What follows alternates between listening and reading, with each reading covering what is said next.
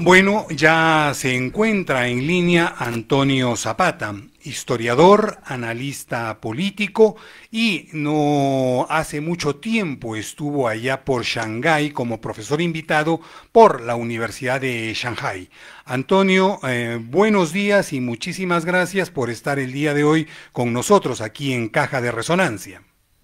Bueno, buenos días con ustedes. Un gusto estar ahí con Patricia, Fernando. Gracias por la invitación. Bueno, Antonio, el día de hoy nuestro programa lo hemos titulado La crisis no tiene fronteras. Ello en alusión a lo que viene sucediendo en el mundo. Más de 2 años de guerra entre Rusia, Ucrania, Estados Unidos, la OTAN, Europa Occidental. De igual manera, ya 6 meses de el genocidio de Israel contra el pueblo palestino. Hace poquito hemos tenido la irrupción de las fuerzas policiales en la embajada mexicana, trayéndose abajo convenios internacionales y una larga tradición de respeto al derecho al asilo. ¿Cuál es tu primera impresión acerca de todo esto que vamos viendo? Bueno, mi primera impresión es que en esta crisis mundial, América Latina está más involucrado que en las anteriores. En las anteriores crisis mundiales, América Latina estuvo muy cerca de Estados Unidos y quienes estaban en contra de Norteamérica como que no la tomaron mucho en cuenta, permaneció al margen de la Primera, de la Segunda Guerra Mundial, y durante la Guerra Fría, bueno, salvo los 60, Cuba y las guerrillas, en realidad no fue un teatro de los grandes acontecimientos. Eh, Veo, sin embargo, que en esta oportunidad, debido a que Estados Unidos retrocedió mucho y se despreocupó demasiado, lo que antes era para ellos, ¿no?, su patio trasero, acabó muy involucrado con la economía china. Y incluso países como Argentina, el Brasil, bueno, dependen pues de sus exportaciones chinas. Si cortaran las exportaciones de China, se desploman completamente. Es el mismo caso de Chile, de Perú, y en el caso peruano, más aún con el puerto de Chancay. Ahora, lo que me parece es que nuestras élites, nuestros gobernantes, los que nos mandan, ni siquiera han meditado mucho sobre el asunto, ¿no? Y empieza entonces a ponerse muy peligroso porque las presiones de Estados Unidos son muy fuertes, ¿ah?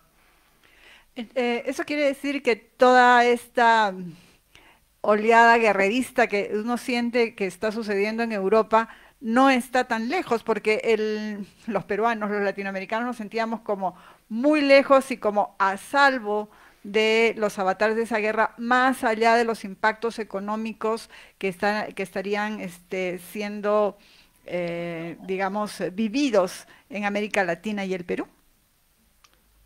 Sí, pues, porque efectivamente China ha avanzado mucho en América Latina en términos económicos y además también en términos de control de la infraestructura.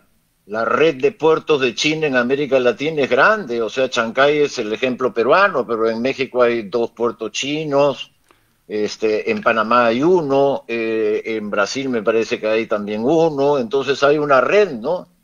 Y lo, Y esto es parte de una red mundial, que es esta llamada la Franja y la Ruta, la nueva ruta de la seda. Control de infraestructura grande en el Perú, la electricidad de Lima al 100% está en manos de dos empresas chinas, una y otra. Bueno, control de infraestructura, control de puertos, o avances significativos, ¿no? Entonces Estados Unidos está reaccionando tarde y ahorita está ejerciendo gran presión. En Argentina está la presión al máximo, ¿no? Van a abrir una base militar ahí en el sur de Argentina, ¿no? En Cabo de Hornos. Y en el Perú también, ¿no? Alrededor del puerto de Chancay. Durante las semanas pasadas, el mismo Ministerio de Transportes a través de su procurador ha tratado o está tratando, ¿no?, de dar marcha atrás a un punto esencial del contrato. y bueno, todo esto pues es presión, ¿no? Vivimos entonces un escenario de conflicto agudo por la hegemonía en nuestro propio territorio y creo que no nos damos cuenta, ¿no? Que las élites no se han embarcado en esto sin saber que tenía consecuencias alinearse con uno con otro, ¿no? Antonio, yo quisiera ir ahora un poquito por partes. Están también próximas las elecciones en Estados Unidos. ¿Es posible un triunfo de Trump nuevamente? Las últimas encuestas le dan una ligera ventaja a Biden, pero las encuestas de meses anteriores demuestran que sería Trump posiblemente el ganador de las próximas elecciones norteamericanas. Además, Estados Unidos está hecho un caos, ¿no? Hay desde terraplanistas, trumpistas, gente contra antivacunas, en fin, es un tipo de mosaico tribal hoy en día Estados Unidos y quizás nosotros no lo podamos percibir con claridad desde Perú, ¿no? Pero un posible triunfo de Trump como influiría en tres niveles: la guerra en Europa, el conflicto en Medio Oriente y finalmente la lucha por la hegemonía con China.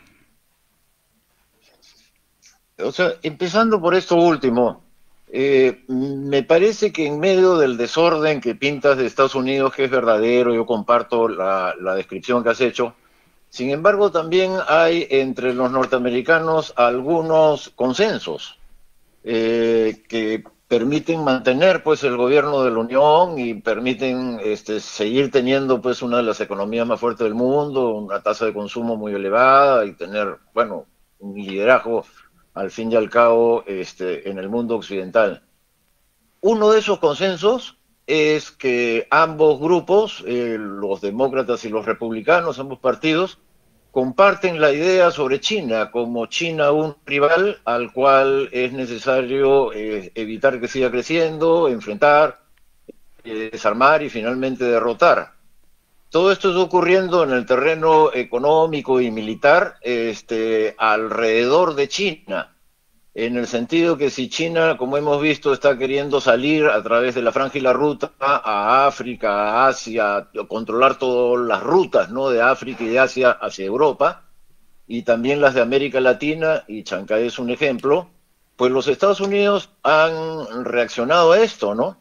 Entonces ellos tienen sus propios planes y en estos planes están de acuerdo demócratas y republicanos. Entonces, en el entendimiento norteamericano frente a China, el triunfo de Trump no significaría gran cambio.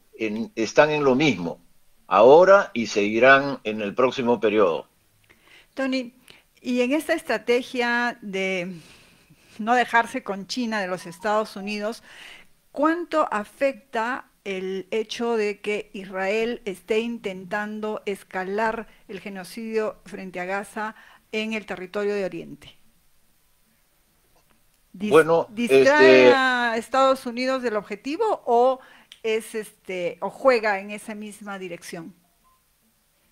Bueno, aquí es un problema mayor, ¿no? En el sentido de que Israel es un alfil de Estados Unidos, sí, pero Israel es un alfil con cabeza propia y se siente, no sé, la reina del tablero, ¿no? Entonces actúa por sí mismo y Estados Unidos no lo puede pilotear como pilotearía a un socio menor, digamos, más dócil. En este caso, Israel es un caballo loco y más aún Netanyahu, ¿no? Alguien que con los problemas que tiene dentro de Israel lo que necesita es más guerra y más guerra.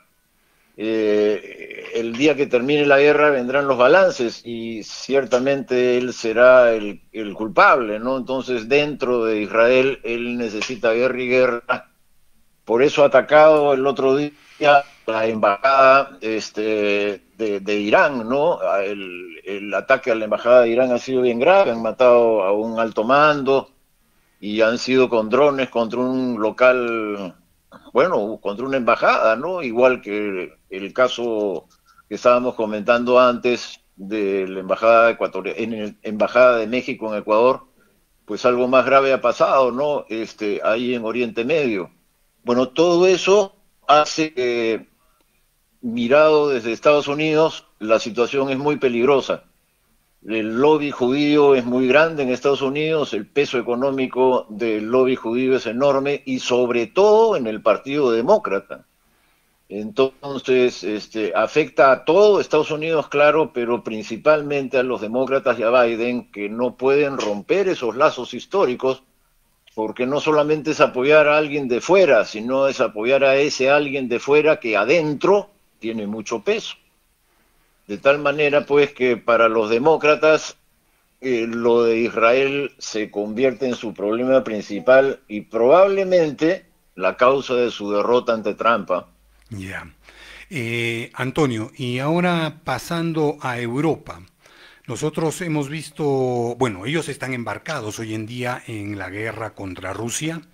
Eso les trae graves problemas. ¿En qué sentido? En primer lugar, porque están embarcados en una carrera armamentista, ¿no? Hoy en día se está discutiendo si es que la Unión Europea, como Unión Europea, hace un crédito de más o menos 100.000 millones de euros para prestar a los países, para que los países europeos alcancen ese nivel del 2% de destinar su Producto Bruto Interno a la compra de armas, al desarrollo de una industria armamentística. De igual manera, en los principales periódicos de las capitales de la Unión Europea se habla desembosadamente de que hay que prepararse para la guerra, ¿no? ¿Cuál es tu visión desde Perú acerca de esta situación, de lo que viene sucediendo en Europa? Además, yo creo, ¿no?, de que con motivo del genocidio de Israel contra el pueblo palestino, hemos podido advertir amenazas tremendas a la libertad de expresión, a la libertad de protesta en países como Alemania, por ejemplo, ¿no? Pero bueno, Antonio, ¿cuál es tu visión? ¿Cómo está hoy en día Europa en todo este tablero internacional, teniendo la guerra con Rusia allá en la misma Europa y la relación con lo que viene sucediendo en Medio Oriente en este caso? Bueno, una forma de acercarse al tema es a partir del problema que yo veo como principal, ¿no? Ucrania-Rusia. Visto históricamente, son dos pueblos, dos regiones que están íntimamente vinculadas, que siempre estuvieron como muy cerca y que en más de una oportunidad han sido parte de la misma unidad política, en la época de los zares y luego en la época soviética. A los rusos, Ucrania les es muy importante porque es la salida al Mar Negro. Y la salida al Mar Negro es fundamental en un país que buena parte del año está rodeado de hielos y no puede salir más que por el Mar Negro. Entonces, geopolíticamente el Mar Negro es fundamental para Rusia y eso significa pasar por Ucrania.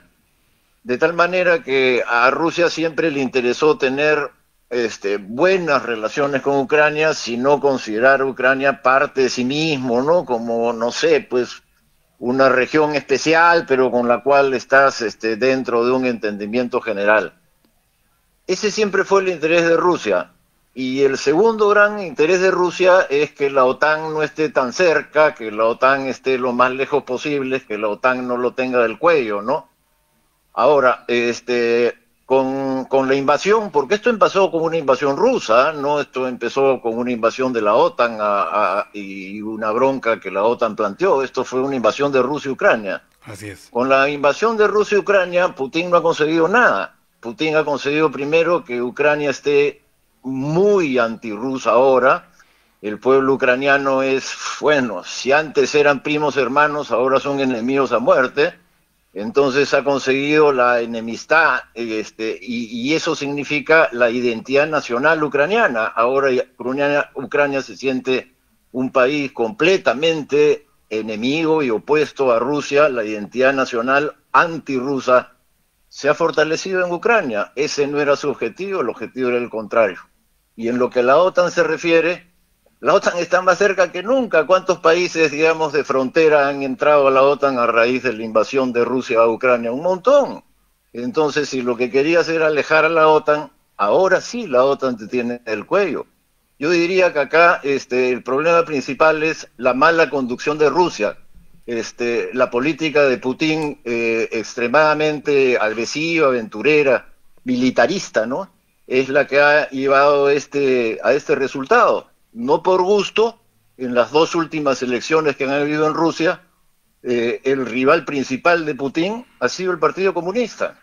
Los comunistas en Rusia no están con Putin.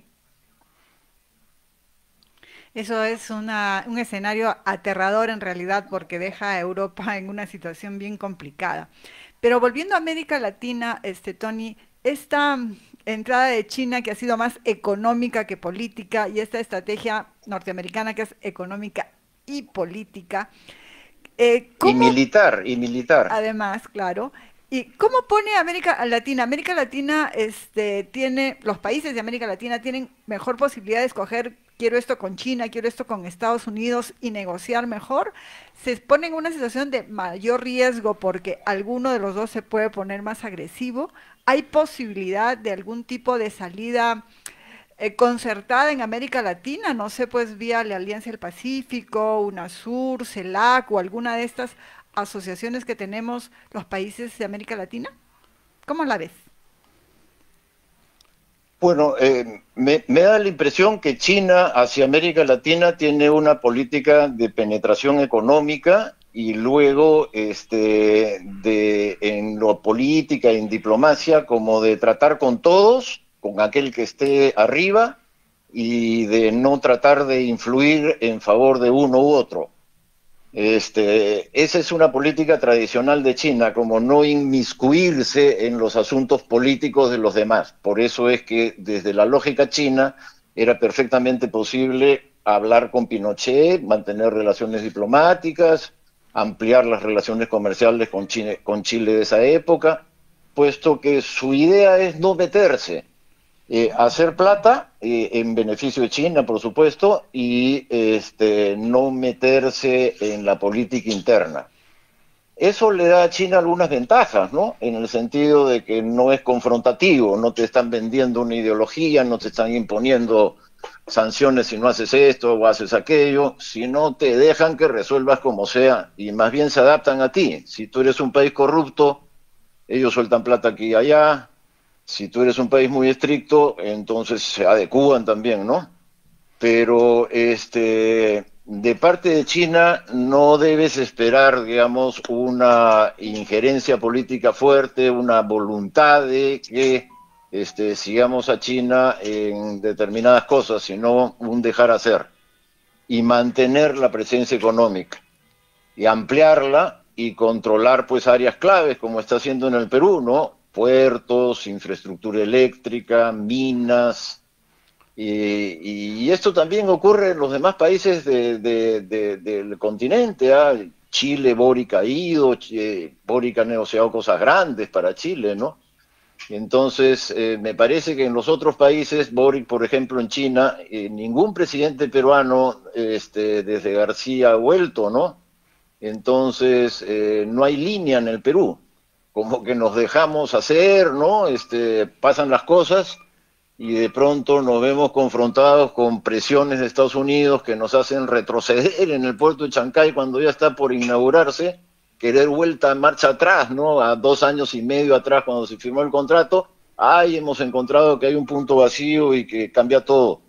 Eso no puede ser, ¿no? Entonces la idea de un país poco serio, el nuestro, y afrontar la confrontación mundial sin seriedad y sin saber de qué lado estás colocado es bravo, porque hoy por hoy, como tú dices, puede ser que la presencia de China y de Estados Unidos a la vez nos convenga porque negociamos esto a nuestro favor con uno y lo otro a nuestro favor con el otro, ok, ¿no?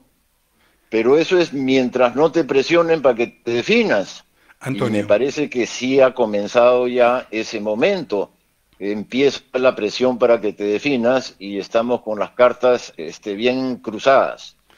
Antonio, Y la situación un poco más en el tablero latinoamericano. Por un lado tenemos a la Argentina, que abiertamente ha declarado que sus aliados principales son Estados Unidos e Israel. Por el otro lado tenemos a Chile, en donde a Boric no le está yendo tan bien que digamos, tiene problemas con la mayoría parlamentaria, congresal de derechas que hay en Chile. Tenemos Brasil con Lula, en Colombia Petro, y posiblemente las elecciones en México, las próximas elecciones en México las gane también el partido de López Obrador. ¿Cómo ves tú el tablero latinoamericano, no? ¿Es más fácil, más difícil tratar de presentar una posición o algunas posiciones comunes? ¿Cómo tú verías, ¿no?, la situación de esta diversidad que hay dentro de Latinoamérica hoy en la década de los 2020, ¿no? Bueno, mira, con la excepción probablemente de Argentina y México, de las cuales hablamos un ratito después, el resto de países yo veo gobiernos débiles que han surgido de elecciones con mayorías relativas muy pequeñas y que no logran tener un nivel de consenso y de gobernabilidad en sus propios países como para tener un control, pues, ¿no?, del rumbo que están teniendo y tener una política exterior como fuerte, sólida, bien plantada. Y esos gobiernos débiles están en Bolivia, en Chile, en Colombia, bueno, En Perú, y por en el supuesto. Brasil, ¿no? Y en el Brasil. Y ahí está entonces uno de los grandes problemas de América Latina, que países líderes, ¿no?, como Brasil, Chile, Colombia, están muy débiles, ¿no? Y muy peleados dentro y muy paralizados y sin encontrar rumbo, ¿no? Luego tienes excepciones, como decía, en Argentina y en México. En México, por lo que acabas de decir, Fernando, ¿no? Me parece que ellos van a renovar al partido de López Obrador.